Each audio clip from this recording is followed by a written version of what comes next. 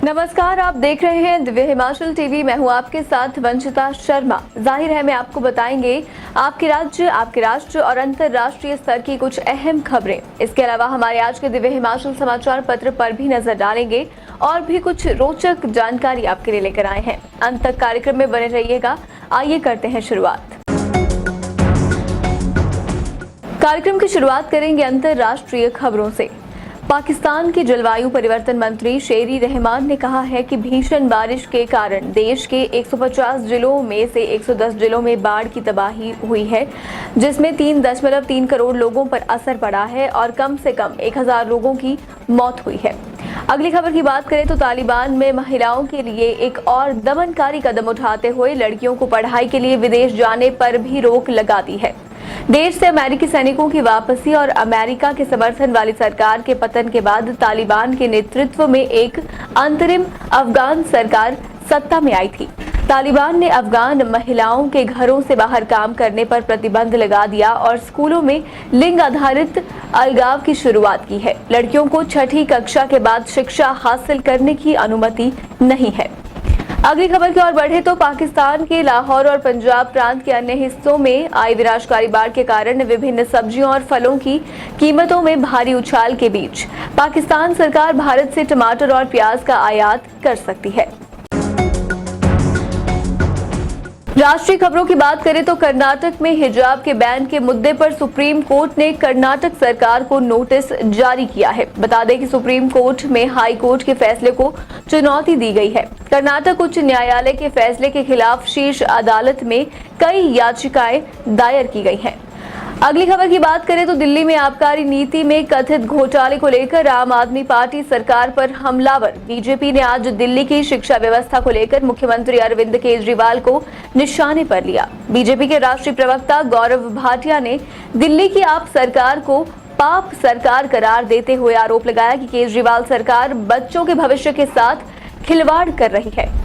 इसके बाद अगली खबर की ओर बढ़े तो केरल के संख्यात्मक रूप से मजबूत हिंदू इजावा समुदाय के नेता वेलापल्ली नटेसन ने कहा है कि लड़कियों और लड़कों का कक्षाओं में एक साथ बैठना भारतीय संस्कृति के खिलाफ है और ये अराजकता पैदा करता है। रविवार को कोच्चि में मीडिया कर्मियों के सवालों का जवाब देते हुए वेलापल्ली ने कहा कि एलडीएफ सरकार द्वारा बनाई गई नीति लड़कियों और लड़कों दोनों के लिए समान वर्दी और स्कूल में एक साथ पढ़ाया जाना बिल्कुल अनुचित है। राज्य की ओर रुख करें तो आपको बता दें कि हिमाचल प्रदेश में चतुर्थ श्रेणी कर्मचारियों को नए वेतनमान का पूरा एरियर दिया जाएगा। इन्हें 1 से 2 लाख रुपए दिए जाएंगे। एरियर देने का फॉर्मूला बना लिया गया है। वित्त विभाग ने इसकी फाइल मुख्यमंत्री कार्यालय को भेज दी है। अगली खबर की बात करें तो हिमाचल प्रदेश में मनाली पुलिस थाना में रूस की एक महिला की शिकायत पर दुष्कर्म का मामला दर्ज किया गया है। पुलिस को दी गई शिकायत में महिला ने आरोप लगाया कि पर्यटक के तौर पर मनाली में रह रहे सिंगापुर के एक व्यक्ति ने अपने कमरे में बुलाकर उसके साथ जबरदस्ती की। आरोपी को पुलिस ने हिरासत में ले लिया है। अगली खबर की ओर बढ़े तो पठानकोट भरमौर नेशनल हाईवे पर अब बनीखेत टोल टैक्स बैरियर में हिमाचल प्रदेश में पंजीकृत निजी कार मालिकों को अब शुल्क नहीं देना होगा। इस संदर्भ में छावनी परिषद डलहौजी ने निर्देश जारी कर दिए हैं।